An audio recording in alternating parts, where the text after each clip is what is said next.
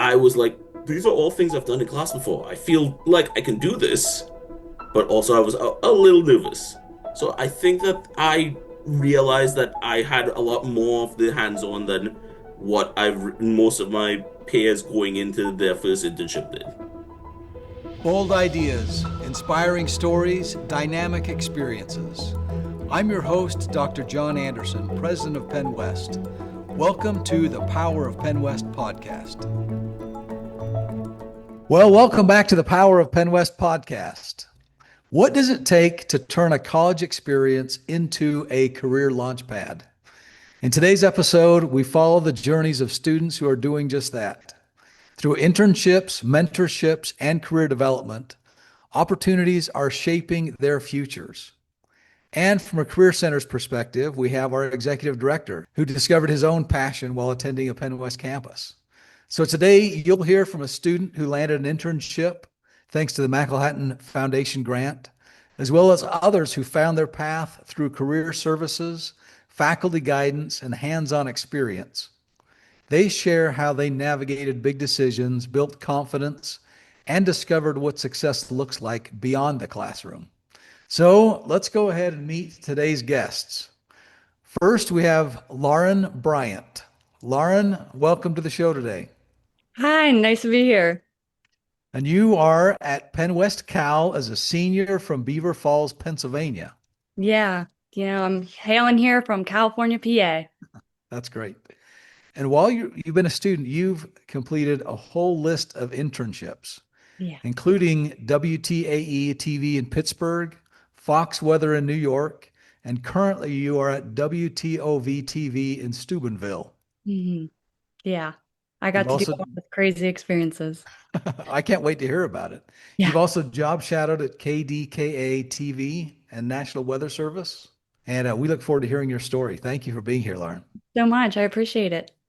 Next, we have Lanie Franklin. Lanie, welcome this morning. Thank you so much for having me. And you are a dual animation and illustration major on the Edinboro campus. Yes. And you've gained summer internship experience through the arts at Oil City. Yep, that is correct. You've done a number of signage designs and other things that we're looking forward to hearing about. Thank you for joining us today. Thank you. And next we have Kyle Bennett. Kyle is an international student from Trinidad, Tobago. He's studying mechatronics and robotics engineering at PennWest Cal, has minors in marketing and graphic design. He is a black belt in karate, and he founded and leads the PennWest Martial Arts Club. Kyle is part of the honors program and a recipient of National Student Leadership Scholarship. Kyle, thank you so much for joining us today on the podcast. Thank you so much for having me. And finally, we have Dr. Josh Domitrovich, a Western Pennsylvania native and 6-year U.S. Air Force Pennsylvania Air National Guard veteran. We recently celebrated Veterans Day. Josh, thank you very much for your service, and thanks for being here with us. Happy to be here, and thank you very much for that comment. You hold degrees in HR management, MBA from Clarion, plus a Doctor of Education from IUP focused on gamification and engagement. A NACE certified career coach, he's presented nationally and published with NACE. Josh is a Phi Delta Theta brother who enjoys family time and Spartan obstacle course racing. Welcome to the show, Josh. Appreciate being here. Spartan obstacle courses, have you done the Spartan course in, I think it's Dallas, Georgia? You've been to that? No, not in Georgia. I've done West Virginia, Palmerton, in the mountains here out east and up in the Poconos. My goal next year is to do what they call a stadium. I'm going to try to go to Boston and run inside Fenway. And then Mount Vernon, which is supposed to be the hardest one there is, which is up in Vermont. That's the goal. That's excellent. My son and I did one of those in Dallas, Georgia years ago. It was a lot of fun. Yeah, they are. I'm sure you're much faster than I ever thought of being. We did finish after we jumped over the fire. That's all that matters. Yeah, that's right.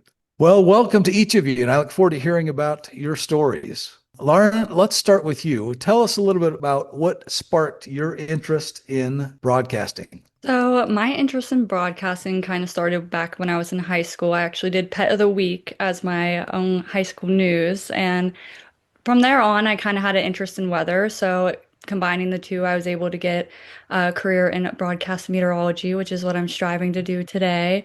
And yeah, it kind of all just started from high school and just doing Pet of the Week. You must be an animal lover. Oh, I love pets. Talk to us a little about that high school experience. Was it like an announcement? Was it a video?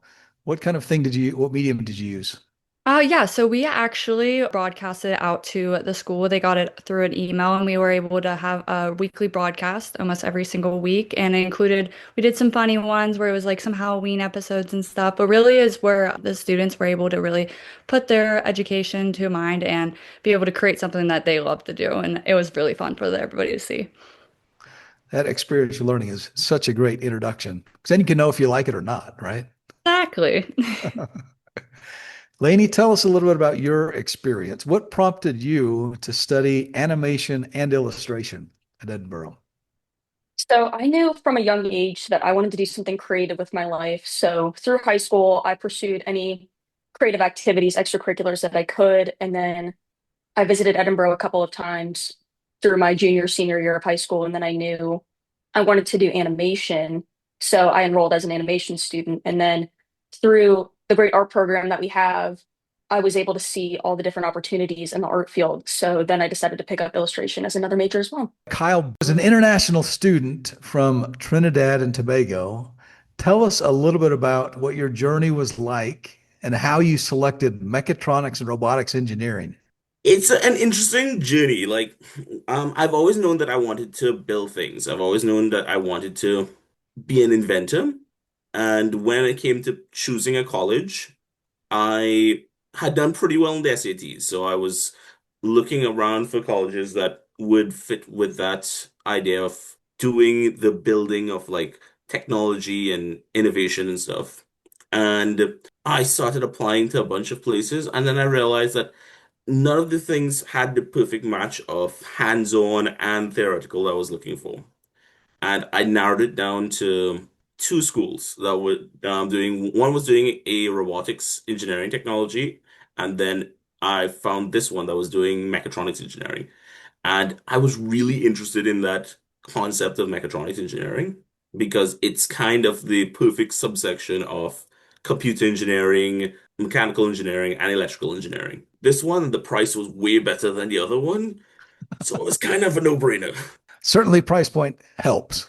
Yeah. For sure. And thank you for telling us that story about how you got started and what your interest was in that area. It's rewarding to see that you, as an early adopter of mechatronics and ideas, that you had the chance to figure out that it's not just the theory that matters, it's the practice. And there aren't a lot of fields where you can integrate those from the very beginning. So thanks for sharing that. Josh, let's turn to you for just a minute. You have had quite a career in the Air National Guard, lots of different experiences, and now you're here. You get to show up every day helping students prepare to transition to the world of work. What is that like for you? It's humbling. It's rewarding. It's an opportunity for me to give back because so much of my experiences have been because of the people before me and the support that I was given when I was a student here at Clarion. And being able to help a student like I was in a first generation situation, I had no idea what the future was going to hold for me, but I knew that I had it in me to be successful. But having conversations with the appropriate people, asking for help, it unlocked so many opportunities that then showed me a more clear path forward. And if I have one chance to do that, that's what this is all about. And so much of what we talk about is having experiences or this experiential learning and how impactful they are, of how they allow you to enter into a new market or a job, or perhaps rethink if this is right for me. And both of those are equally important. So I get the exciting job to do that every single day, helping as many students as we do. We help about 3,000 a year with one-on-one appointments across all of our campuses, which is phenomenal. It's the best job in the world. And I think it's one of the things that is really unique and helpful about the PennWest experience is that operation. People underestimate the amount of work that goes into a career center because you've got to have connections with the students, build those relationships, get them to know who you are, get them to come in for interviews and conversations. You also have to have the connections with industry. So they just don't come into a service office that doesn't connect to where they want to be. And it's not just an industry, it's every industry aligned with the majors. So thank you for that tremendous amount of work to you and your team. Lauren, let's go back to you for just a minute. Often when a student sits in the classroom, they learn a lot, they take a lot of tests, they spend a lot of time cramming in the library. You've had this unique experience of a number of internships. What was it like the first time you walked into an internship on day one, thinking, does anything I learned in the classroom matter? Is it going to relate here? Is it going to translate? What was that experience like for you? So yeah, pretty nerve-wracking, like walking into the first internship. You don't know anything and you're the newbie there. So for me, the first internship I had, I was at WTAE. And whenever I was there, it was actually really nice because they gave me a list of broadcast terms that I was able to look at in case I needed them in the future. Well, some of those broadcast terms I had learned already in some of my courses at PennWest California. So I took that knowledge from PennWest California, put it right into the broadcasting, and I was able to actually communicate with other people as if I already worked there. So like taking that knowledge from using the courses like my on-air production and broadcasting courses, it really helped me shape the way I'm able to read scripts and make rundowns and everything. It's fantastic to hear. And that is one of the pride points of Penn West is that we are ready for the real world and you'll be ready when you're done. So Lanie, let's hear about your experience a little bit. What was the transition like from the classroom straight into the arts at Oil City? Were you nervous also? I was a little bit nervous, yes, but also I feel like the way that we do art in the classroom and critiques is pretty similar to the professional process in real world applications. So, as far as everything went, it felt like the process was very similar to what we did in the classroom. There was a good amount of communication, and in the end, we were able to collaborate and finish all the projects in a timely manner while also making something we were all proud of. That's excellent. Thank you, Lanie. So Kyle, talk to us a little about your hands-on experience. You can't help but be hands-on when you're dealing with mechatronics and robotics. And we have a lot of in-class experiential learning in that program. Talk to us a little bit about that. I also related to my first internship. When I went in with a bunch of other interns from other schools and organizations and places. And I realized that there was a difference in how we were trained. We were all talking with the same jargon, the same theory, but a lot of people seemed very apprehensive to jump in when our internship leader was starting us with like building circuits and working with actual like machines and stuff. And I was like, these are all things I've done in class before. I feel like I can do this, but also I was a little nervous. So I think that I realized that I had a lot more of the hands-on than what most of my peers going into their first internship did. That's great. It sounds like each of you had the right balance of preparation, nervousness, anticipation, which is kind of the sweet spot. That's exactly where you want to be. That's often when you learn the best. Josh, talk to us about the process of taking a student who walks into you from day one and says, I've been learning a lot in the classroom. I really want to have an internship. How do I do that? Can you walk us through that experience and how that connection happens? Yeah, absolutely. It's a great question. So the way we structure our office is we have what we call 4 phases, and those phases are explore, prepare, experience, and connect. And regardless of where the student enters the journey, what we're here to do is really guide them through the appropriate steps in order to land whatever their ultimate goal is. So in this case, for an internship or some type of experiential learning, we work with our experiential learning center, and we ensure that the students are equipped and they understand how to search for these opportunities, whether that's using a variety of different resources like our handshake system. That could be networking or making connections through our foundation or through faculty members. Or it could be as simple as talking to some type of family member to try to gain some deeper understanding of the industry.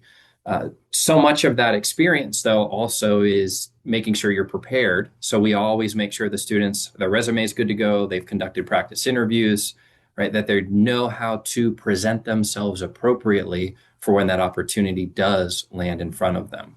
And I think the last thing that's really important for us that we walk and talk the students through is that it's okay if that experience doesn't turn out the way that you thought it might, right? That this is truly an experience to learn and to grow, and it will help shape you into the future. Myself, I went through many different experiences that now I understand why I went through them, and they make sense of the skills that I pulled from them that help me today. So much of experiential learning and what we teach students is not only about searching and finding the opportunity, it's about reflecting and then articulating how it was valuable to you to set you up for the next one. And that is the critical piece that makes our PennWest student different, is that they are able to think about critically how these experiences are impacting their future self, and they can talk about it, which is a big gap that we see in the market.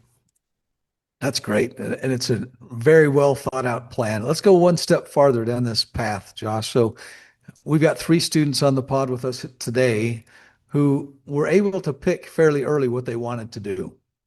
They had some idea of the direction they wanted to go in. They may not have had all the answers, but at least they had the outcome in mind. Here's the kind of environment I want to work in. Here's what I want to do. You probably have a lot of students who walk in the Career Center. They're just like, I don't really have a clue yet. How do you start that conversation? Yeah, those are the best conversations, because what we always say is your slate is blank and you can create the future that you really want, and it's okay, right? There's some statistics out there that would suggest that over half of college students change their major at least once. I myself changed it 3 times, and I feel like I turned out okay. So much of it about is the exploration phase that we walk students through. We have a variety of different assessment tools that help students understand what their strengths are as an individual, what they value, the work preferences that they have. So similar to Kyle, he's learning that he's very hands-on. That's part of the inventory that we take. And then based off those 5 assessments, we pile them together, and then it will start to generate occupations and majors that are of like-minded people based off your results. So we tell students you can look at it from 2 lenses. The first one could be, I'm in search of a major that I'm interested in, and then I'll figure out my career. So we would suggest to them majors at PennWest that would be in alignment. Or there are students that will say, I know I want to be in business, but I'm not really sure what major in business I'm interested in. So what we do is we try to align them with careers of interest and see how major could align with career. Because the big thing that we always tell students is that major does not always equal career. Right? So I was an HR undergrad, but now I work in higher education. But there are pieces of HR that helped build me and allow me to be successful in this environment. So the path is not always linear, and that's what the exploration is all about. Helping students understand it's okay if you can't make the decision now, that it's narrowing the lanes down of selection to like-minded, like things that then allow you to explore further through experiences and conversations. Because so much of the world of work that these 3 students will be entering, we don't even know what they're going to be entering because it's going to change so quickly.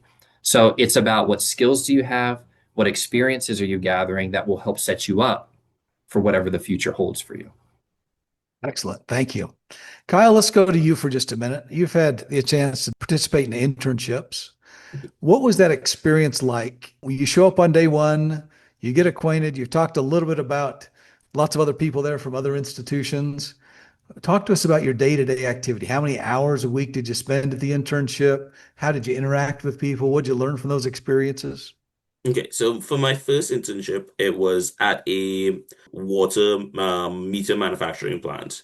That one we would go in twice a week for about 4 or 5 hours, and we would basically shadow some of the senior engineers and kind of accompany them with their like day-to-day work, and then we would work on smaller tasks like rewiring meter boxes or rewiring small parts of the whole of these giant industrial robots to get us accustomed and I suspect test us to see if we know what we're doing. And he would help us with telling us the theory and being like, all right, so this is how this would work, this is how this will work, and all right, go. So it was kind of giving us a little bit of what we were supposed to do and then letting us figure it out on our own. And I really enjoyed that bit, but it was really terrifying at some points because these were huge robots that we were like messing around with. That's got to be pretty intimidating because it's one thing to be able to answer a question on a test or be in a practice environment. Then all of a sudden you're in the real world thinking, I could really either do well or mess this up. That's a lot of pressure.